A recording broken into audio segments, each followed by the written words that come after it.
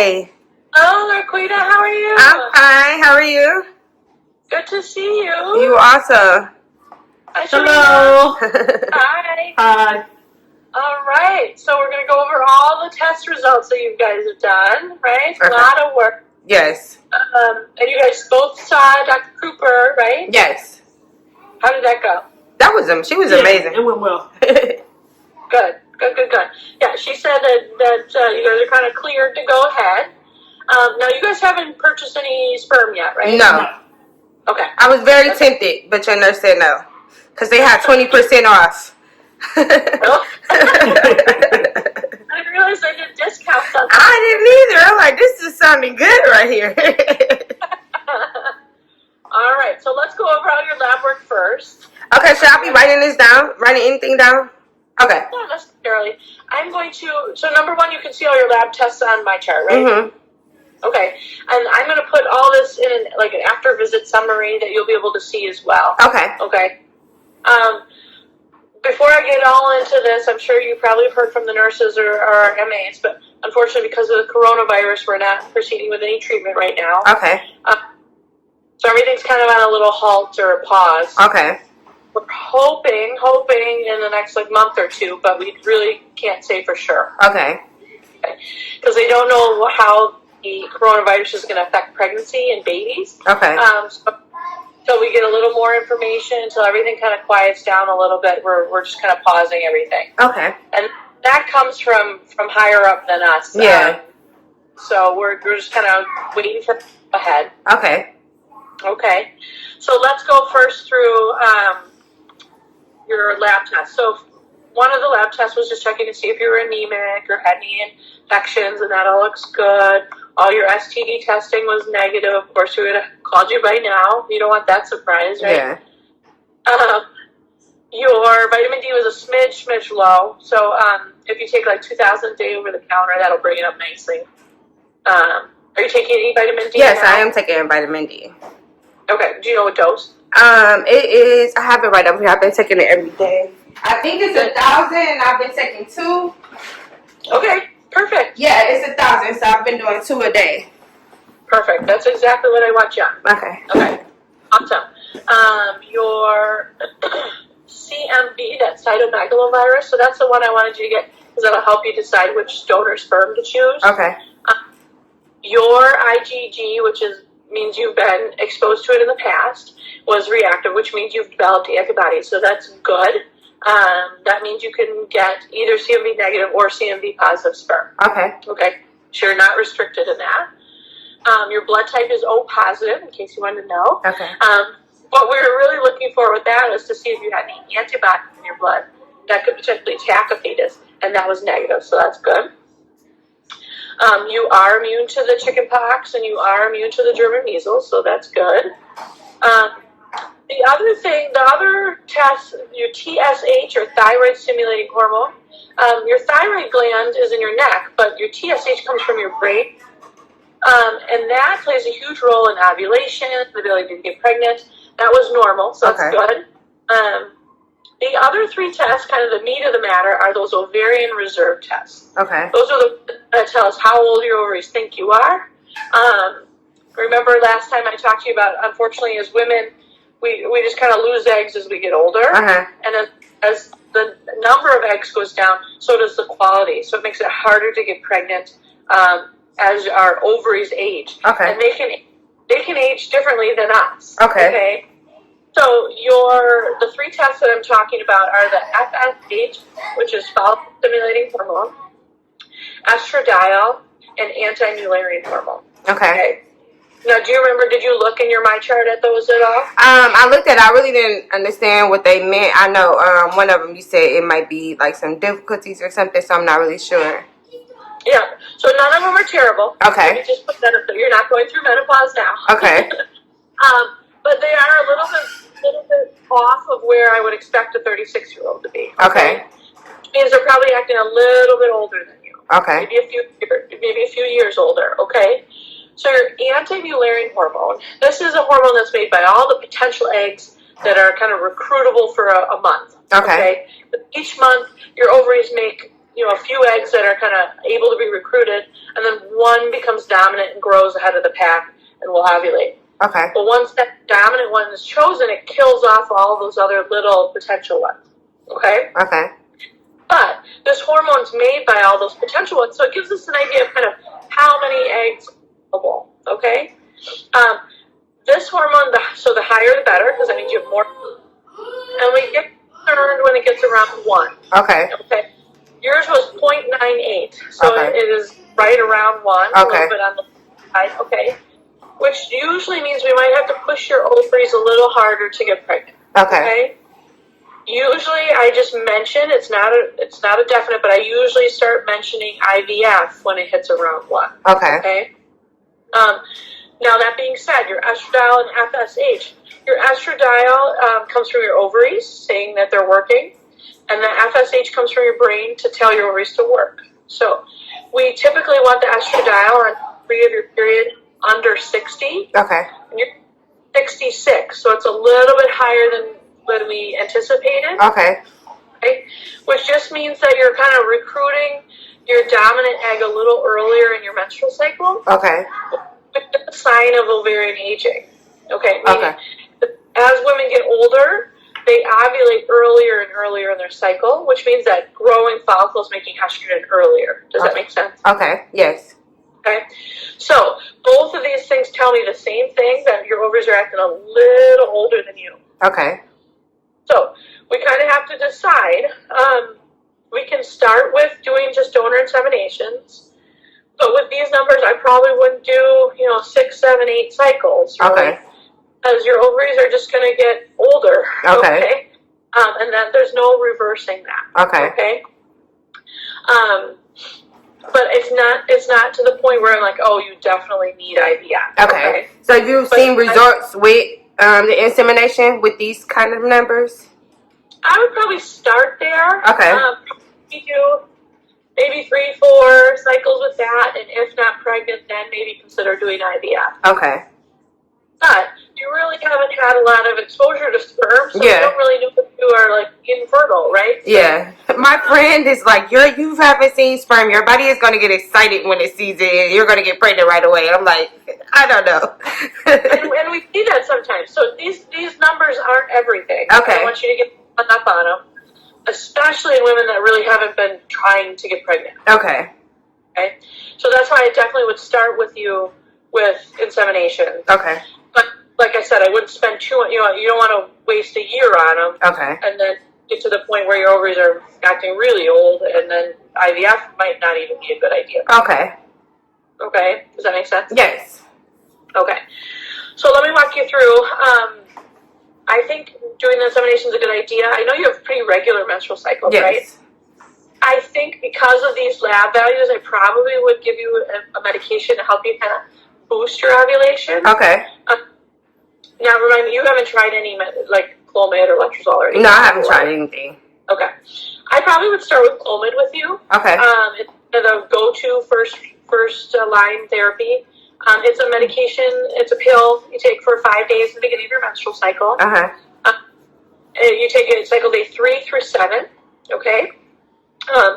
It might give you some PMS side effects. Okay. So, bloating, headache, breast tenderness, moodiness, cravings, cramping, that kind of thing. Mm-hmm. You only are on it for 5 days, so they're pretty short-lived. Okay.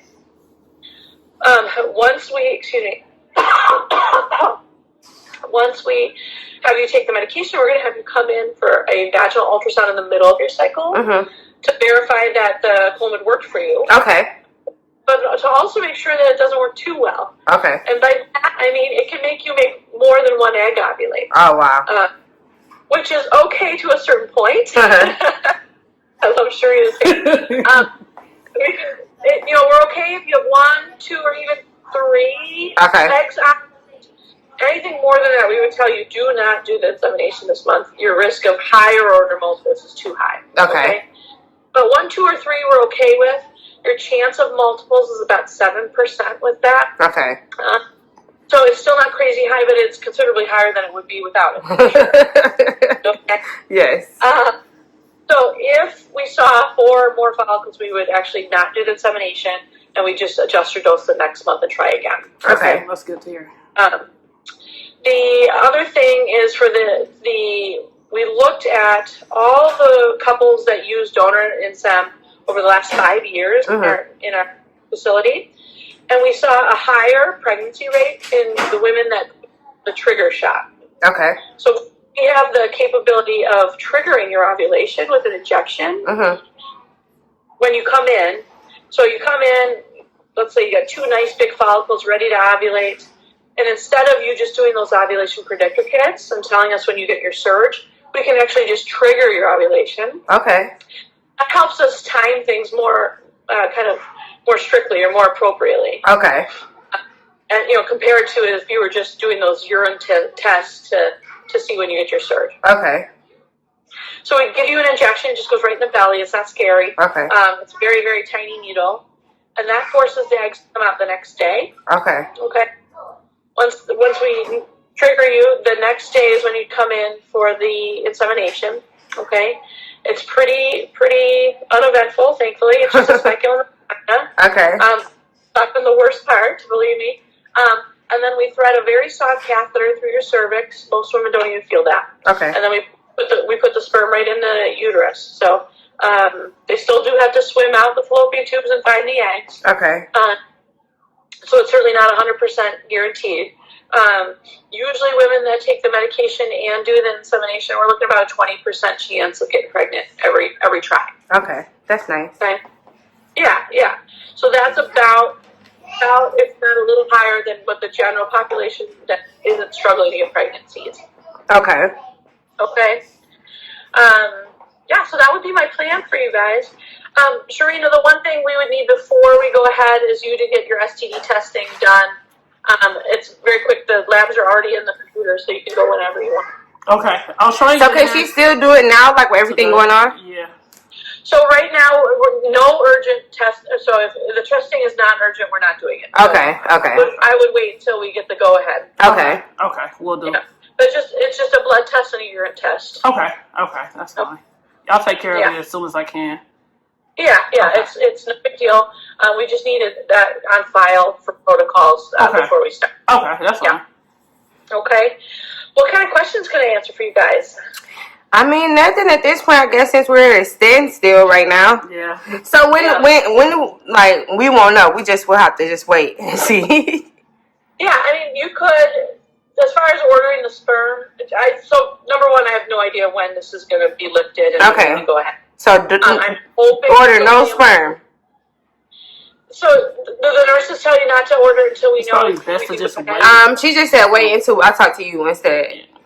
Okay. They were very enticing with that 20% off, and they had free shipping. Yeah. Oh shoot! I'm like, should I buy it? She's like, no. She told me to go get an ovulation kit and practice with that. You can do that. Yeah. Okay. That'll help you for when you're doing your cycles, because we will have. Okay. Well, no, I guess so. Now we just have to wait, I guess. Yeah, so you can order sperm if you want. I think she told you to wait is if I recommended IVF. Okay. It's a different sperm sample. So Okay. there's some might be like IUI ready or IVF ready. When you look through all the donors, have you seen that? Yeah, I've seen it. Yeah. So the IVF ones are not adequate for IUI. Okay. So I think she didn't want you to order the wrong one. Okay. But you can use the IUI ones for IVF. So it's up to you how many you want to order. Okay. I'd say a vast majority of couples order 3, but you can order them one at a time too. Totally up to you. Okay. If after 3 you're not pregnant, then we usually recommend switching donors because maybe it's the donor that's the issue. Okay. Okay. So I wouldn't order more than 3 is my point. Okay. But yeah, I think you can go ahead and order it if you want. Well, I'm going to wait because I'm going to be super thirsty to get it inside of me. So basically what we're telling everybody is call with day 1 of your period that you know, your next one. And then they'll say like, oh, we're still not ready to go ahead. Call with your next one. Or, oh, yep, we're going ahead, and they'll prescribe you the medication. Okay. Okay. Okay. Yeah, I think that's about it. What other questions can I answer for you guys? No. No. No, we don't have any. Okay, so yeah, testing is finished for you guys, other than Sharina, the STD testing.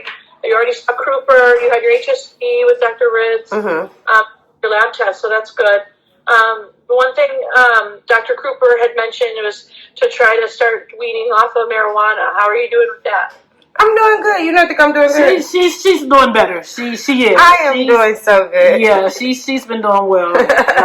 As opposed to like a daily usage, now maybe it's like a day in between. So slowly but surely, she's doing much better though. She is. Good.